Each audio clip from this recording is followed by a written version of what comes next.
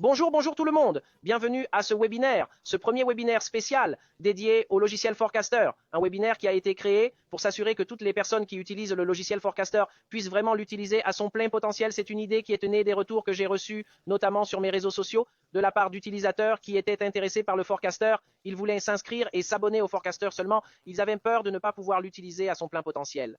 Cette idée est née des commentaires que j'ai reçus, en particulier sur mes réseaux sociaux, de la part d'utilisateurs qui étaient intéressés par le Forecaster, qui voulaient s'inscrire et s'abonner au Forecaster, mais qui avaient peur de ne pas pouvoir l'utiliser à son plein potentiel.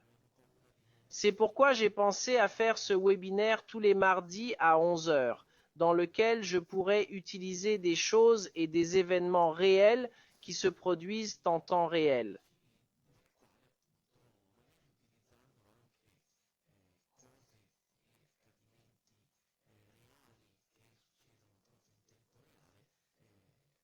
Nous allons justement utiliser le Forecaster pour voir comment en tirer le meilleur parti. Alors je dirais qu'on y va tout de suite.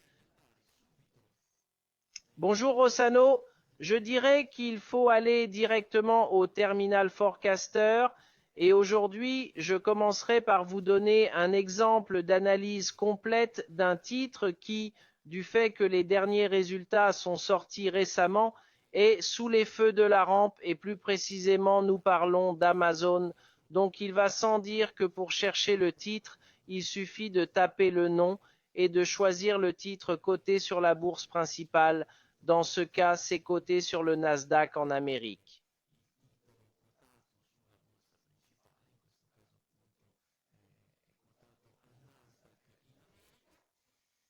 Et en cliquant sur l'action, nous arrivons sur la page d'aperçu, qui est la page qui a été ajoutée hier au logiciel Forecaster de base par défaut, où se trouvent les principales informations sur les dividendes.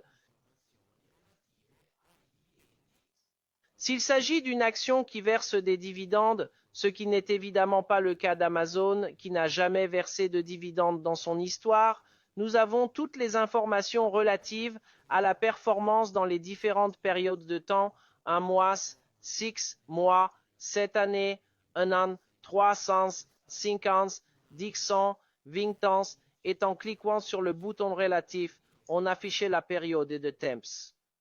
En cliquant sur le bouton relatif, la période de temps qui nous intéresse s'affiche. Ah, j'ai oublié de cliquer sur la petite flèche.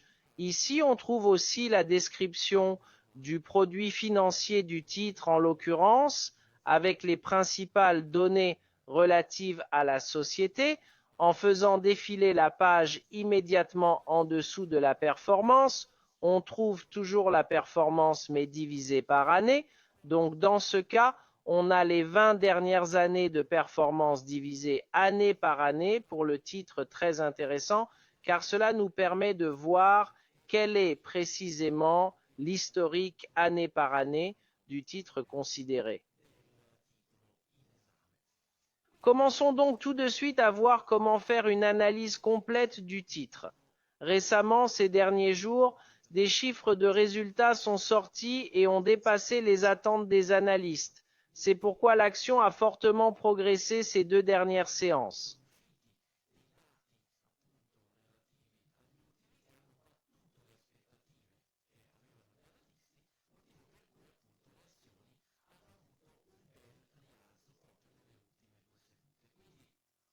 L'idée de vous proposer Amazon aujourd'hui est née parce que un des journalistes qui travaille à Investing Point Viz et Borsa Finanza m'a demandé de faire une analyse avec le prévisionniste pour voir si cette hausse pouvait être durable, si ces minimums en particulier auraient pu être un minimum important à partir duquel de nouvelles houses se seraient développées. Donc, je vais faire l'analyse sur Amazon avec vous pour que vous puissiez voir à quel point il est extrêmement important de se baser sur des données objectives et réelles et de ne pas se laisser guider par nos attentes à l'égard d'un titre en particulier. Nous avons un logiciel qui nous donne des données objectives, utilisons-le objectivement, n'essayons pas de déformer les données pour justifier notre propre point de vue sur un titre. La beauté de la chose est d'utiliser des données objectives pour obtenir une analyse objective. OK. Commençons donc par l'analyse fondamentale, car lorsque nous traitons d'une action, nous avons la chance de disposer de données financières. Nous avons la chance d'avoir des états financiers et par conséquent, nous avons la possibilité de calculer la juste valeur, la valeur fondamentale de l'action, la valeur correcte que l'analyse des états financiers devrait avoir pour cette action particulière. Et plus précisément, nous voyons qu'en ce moment, OK, la juste valeur en utilisant les méthodes de Benjamin Graham, c'est-à-dire l'actualisation des flux de trésorerie et la méthode de la valeur économique ajoutée, est de 101,81. Ce qui, étant donné que l'action Amazon est actuellement à 132 en bourse, cela signifie que l'action Amazon est surévaluée d'environ 23%. 100% tout d'abord parce qu'il n'est pas possible d'utiliser la méthode Peter Lynch. Vous voyez que la méthode Peter Lynch est erronée simplement parce que la méthode Peter Lynch est une méthode qui utilise le PE, le Price Earning, pour calculer la juste valeur.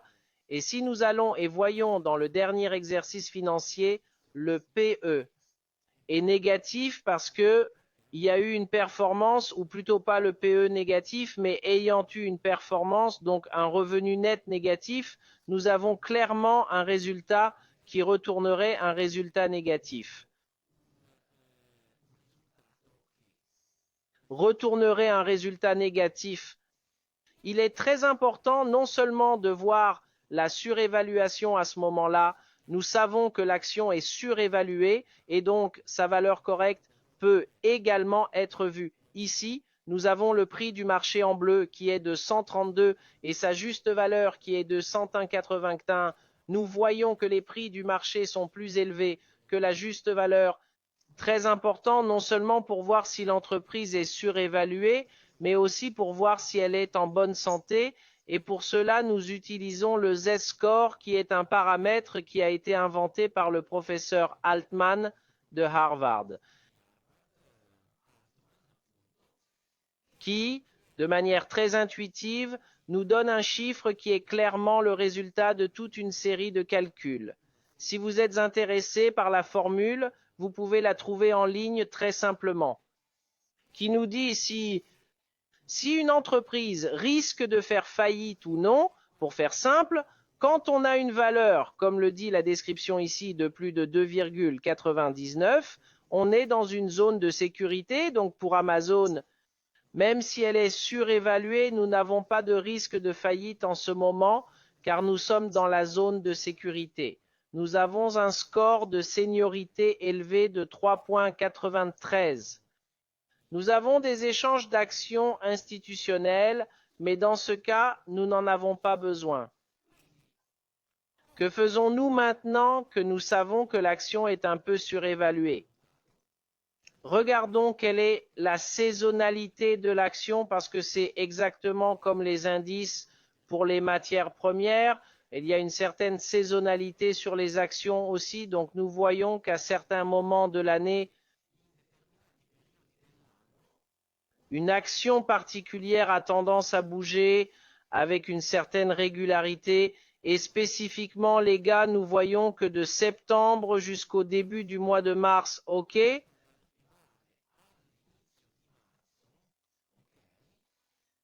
Sur les 5 dernières années, l'action Amazon a eu une tendance négative moyenne, OK. Donc si nous mettons en évidence cette période, nous pouvons voir qu'elle a tendance à bouger de septembre à début mars, les 2 premiers mois de l'année.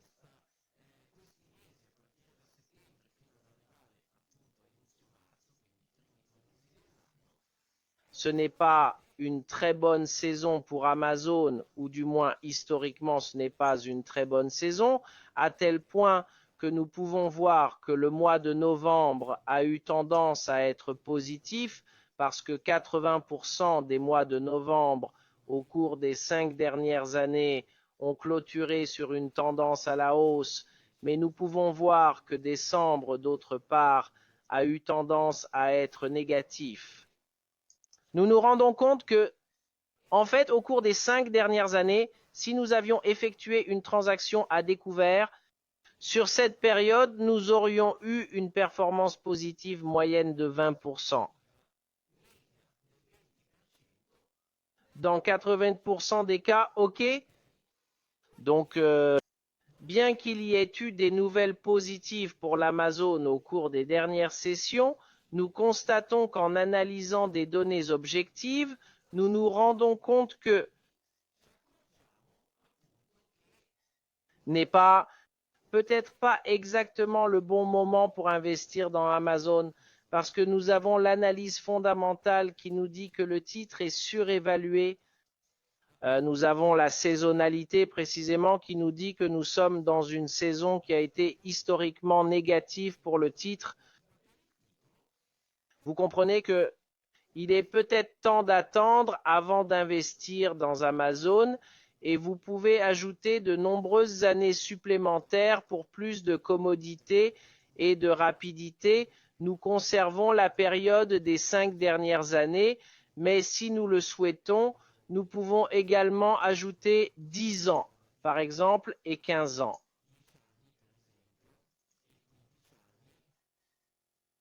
Ici, nous allons toujours mettre en évidence cette période et voir précisément comment il est clair que les statistiques se dégradent un peu entre guillemets car par rapport aux 5 dernières années où il y a eu une tendance négative dans 80% des cas, dans les 10 et 15 dernières années, nous n'avons que 40% de ces probabilités et il est donc intéressant de voir comment, précisément vers la période la plus récente de 5 ans, la probabilité d'une tendance négative est plus élevée. Il est intéressant de constater que c'est précisément au cours de la période la plus récente que les performances se sont détériorées. Cependant, à ce stade, avec toutes ces données en main, en particulier les données de l'analyse fondamentale qui nous disent que nous avons une entreprise surévaluée à l'heure actuelle, nous pouvons passer au graphique. Et sur le graphique, ce que nous voyons, c'est précisément que si nous traçons une ligne où se trouve la juste valeur, ok, ou plutôt 101 et 421, nous pouvons le faire avec une précision chirurgicale. 101, 421, on voit que les prix sont un peu surévalués. Très intéressant de noter que cette juste valeur, le niveau de 101, est un niveau qui a déjà servi de résistance et de support dans le passé. Il s'agit d'un niveau qui a déjà servi de résistance et de support dans le passé.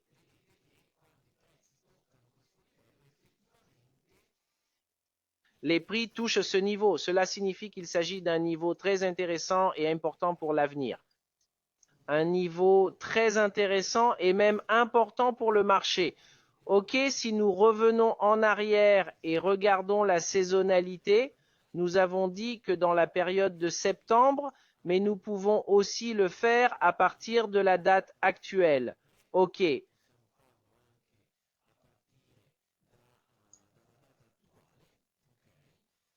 Nous pouvons nous attendre dans le cas d'une opération, un rendement moyen de plus de 10%. Ok, nous pouvons le voir ici. Regardons les prix actuels, 10% signifierait un rendement substantiel à ce niveau, au niveau de 110, donc 110 qui est très proche de la juste valeur. Donc dans ce cas, toute cette analyse a servi à comprendre que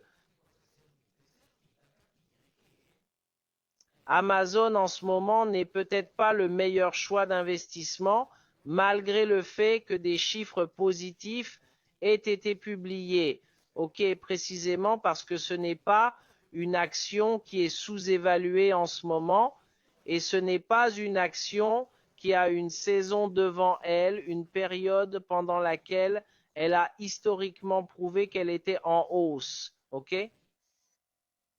Marco demande si la saisonnalité indique une forte hausse ou une forte baisse, mais que l'analyse technique indique une tendance totalement opposée. Que faire?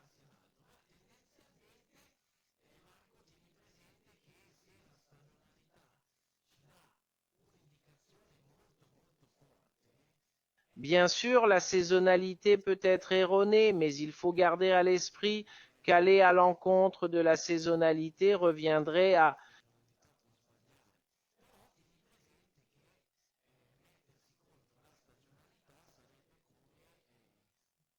partir en vacances à la montagne en t-shirt et en short. Peut-être qu'au milieu de l'hiver, vous aurez une semaine de beau temps, mais vous avez tendance à aller à l'encontre de la saisonnalité. Ok, donc comme nous avons une énorme quantité d'outils et que nous avons un énorme nombre de marchés sur lesquels travailler, c'est vraiment dommage d'aller sur une entreprise, un indice, une matière première et de vouloir faire une indication très forte de la saison.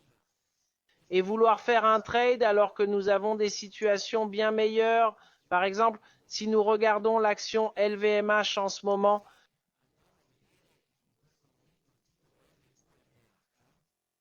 ok, qui est le Vuitton que nous connaissons tous, nous voyons une situation différente parce que pendant ce temps, nous avons aussi un stock qui a toujours payé des dividendes en hausse et nous pouvons le voir dans l'historique des dividendes. Nous avons aussi notre petit widget qui nous dit que c'est un titre dont les dividendes ont toujours augmenté. Mais surtout, d'un point de vue fondamental, nous avons une action qui, si nous utilisons toutes les méthodes d'évaluation, est sous-évaluée de 42%.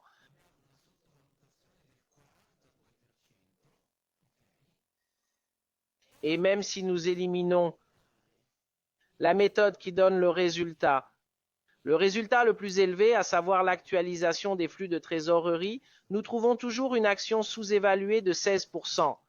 De 16%, c'est extrêmement intéressant parce que nous avons une note LVMH, nous l'avons mise ici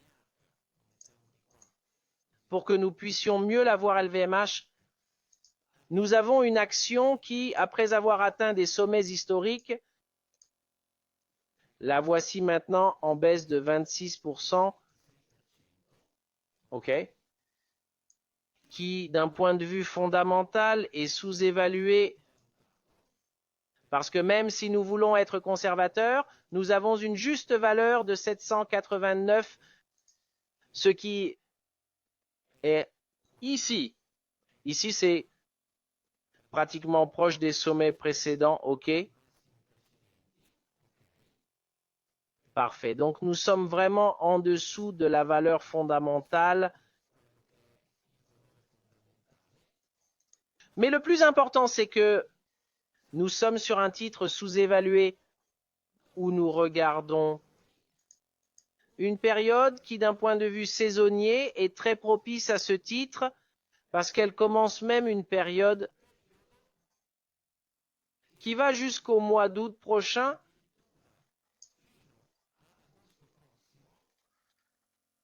où 100% des 5 dernières années a eu un rendement positif de plus 29%. Vous comprenez que c'est un feedback très différent de ce que nous avons sur Amazon. Alors pourquoi aller acheter une action comme Amazon où elle est surévaluée? Nous avons une saisonnalité qui n'est pas la meilleure alors que nous avons la possibilité de choisir entre des centaines d'actions et en ce moment par exemple LVMH est sous-évaluée et en plus elle est aussi très solide du point de vue de la solidité financière parce que nous avons un score Z très élevé. Ok, si nous procédons à une analyse technique, nous constatons que nous avons ici un titre qui est dans une tendance haussière à long terme. Et si nous regardons le graphique journalier, nous nous rendons compte que nous constatons une augmentation très intéressante des volumes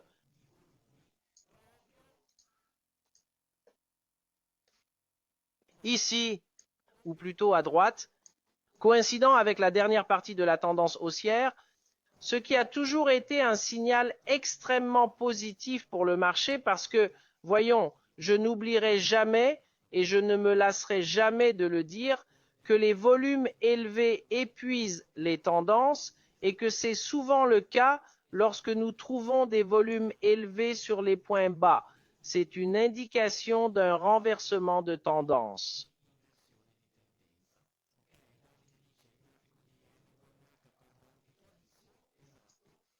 Donc, vous voyez qu'ici, nous avons pratiquement toutes les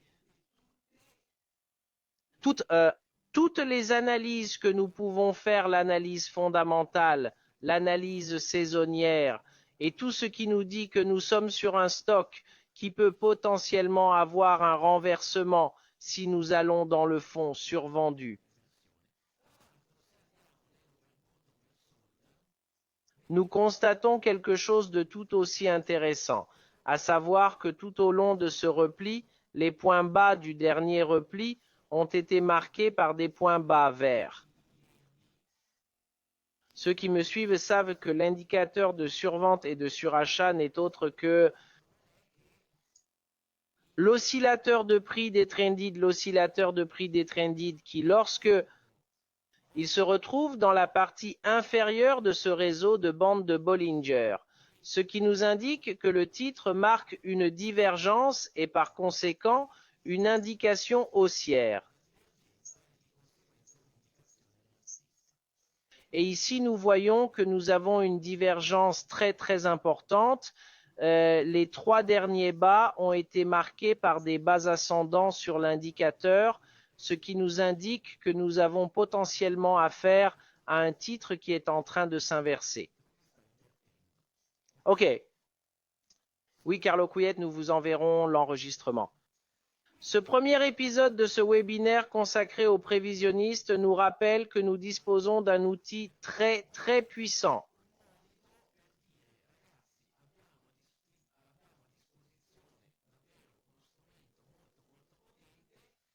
Ne nous attachons pas à un seul instrument, ne nous attachons pas à un seul titre.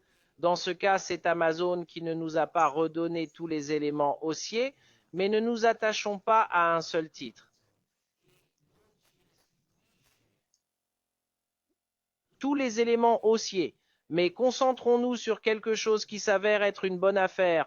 Gardez à l'esprit que, et je l'ai dit dans un cours récent, pour gagner de l'argent avec les marchés boursiers, il faut avoir une bonne connaissance des marchés. Pour gagner de l'argent avec les marchés boursiers, en particulier avec les actions, il n'est pas essentiel d'être le premier à découvrir au début l'Amazon, le Tesla, l'Apple. Du tout, gardez à l'esprit que, par exemple, le bon Warren Buffett a découvert et acheté Apple Inc. seulement en 2016, quand l'entreprise était déjà un colosse et qu'il l'a trouvé sous-évalué sur le marché, ok, donc l'idéal est de garder un œil sur les entreprises qui nous intéressent, et Amazon et Apple est certainement l'une d'entre elles, mais aussi Amazon est une entreprise très intéressante en ce moment, mais elle est surévaluée. Donc laissons-la tranquille. OK? Si nous allons voir, par exemple, pourquoi Warren Buffett a toujours Apple dans son portefeuille, et les gars, nous pouvons le voir ici. Si nous allons utiliser la méthode que Warren Buffett utilise pour évaluer les entreprises, qui est le cash flow actualisé, nous pouvons voir que selon cette méthode de calcul, Apple est sous-évalué de 29%. 29%, c'est donc pour cela que les actions ne se vendent pas. Parce que c'est un faux mythe, celui selon lequel Warren Buffett ne vend jamais les actions qu'il achète. Parce que si nous allons sur invest.biz dans la section Guru Monitor, ok, il suffit d'aller ici pour voir que par exemple, au cours du dernier trimestre, Warren Buffett a vendu un grand nombre d'actions de Chevron Ok, donc évidemment, selon lui, elles étaient au moins un peu surévaluées. Ok. Donc, entre autres choses, vous avez aussi cette section où vous pouvez voir les portefeuilles et rechercher des actions intéressantes de tous ces grands personnages qui font l'histoire des investisseurs mondiaux.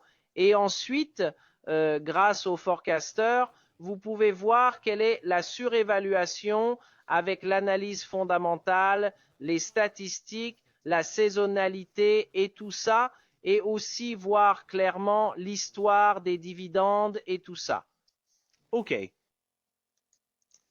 Luigi, ne t'inquiète pas, je t'enverrai bientôt l'enregistrement de ce webinaire pour que tu puisses le regarder. Ou Giorgio dit aujourd'hui, je passe du mensuel à l'annuel, même si en ce moment je suis le forecaster, blablabla. En bref, les gars, l'annuel est vraiment un cadeau. Je comprends que ça peut paraître une grosse dépense d'une centaine d'euros par an, mais je vous assure qu'avec cet outil, vous avez vraiment toutes les cartes en main. Mais je vous assure qu'avec cet outil, vous avez vraiment toutes les données possibles et imaginables sous les yeux, et par conséquent, vous faites l'abonnement annuel, vous n'avez pas besoin de vous déplacer. Vous faites l'abonnement annuel, vous n'y pensez plus, vous savez que vous dépensez ces 200 euros par an, mais vous avez vraiment tout à votre disposition, et les gars, ne vous inquiétez pas parce que de nouvelles fonctionnalités vont continuer à apparaître et elles sont vraiment géniales. N'oubliez jamais qu'à l'intérieur du forecaster, il y a un calendrier. Donc si vous allez sur la page des fondamentaux d'un titre, vous pouvez l'activer et mettre en cliquant sur cette icône simplement les dates importantes pour les différents instruments afin d'être alerté de ce qui se passe. Et ensuite, dans le calendrier, exactement comme vous le voyez dans le mien, vous trouverez toutes les données intéressantes.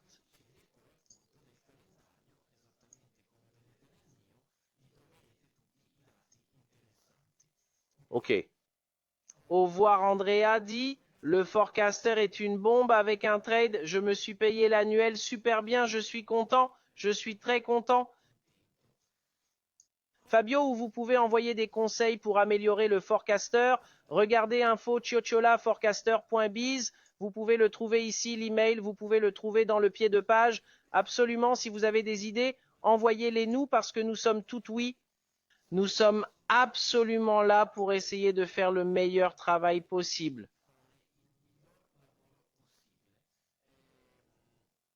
Je vais vous montrer par exemple une autre chose intéressante. Regardons ici, calendrier, Pfizer. Ici, les États-Unis, par exemple, vous voyez que dans 7 jours, il y a la date ex-dividende, qui est la date à laquelle vous devez acheter cette action si vous voulez percevoir le dividende. Ici, nous avons mis les alertes pour que vous ayez tout sous contrôle. OK? Bon, les gars, on s'arrête là pour aujourd'hui et on se retrouve mardi prochain. Si vous avez des questions, si vous avez des idées à nous donner, si vous voulez voir une analyse spécifique, bref, info-forecaster.biz, envoyez-nous tout parce qu'on veut vraiment faire un travail qui est extrêmement beau et qu'il vous apporte de la valeur. Donc on y arrive parce qu'on a des retours dingues. On espère que vous avez aimé le premier webinaire d'aujourd'hui, puis on fera aussi d'autres webinaires peut-être plus dédiés au trading plus court terme. Bref, à partir d'aujourd'hui pour tous les prochains mardis du monde, voyez-vous toujours vous abonner, donc au moins vous recevez aussi l'enregistrement parfait. Bonjour tout le monde et merci s'il vous plaît si vous voulez. Si vous n'avez pas d'abonnement, prenez l'annuel, n'y pensez plus. Si vous avez un abonnement mensuel, les gars, mettez à niveau. Très simplement, à partir de votre profil, vous pouvez mettre à niveau et prendre l'annuel. Ne vous inquiétez pas parce que le système fait tous les calculs automatiquement. Bonjour à tous.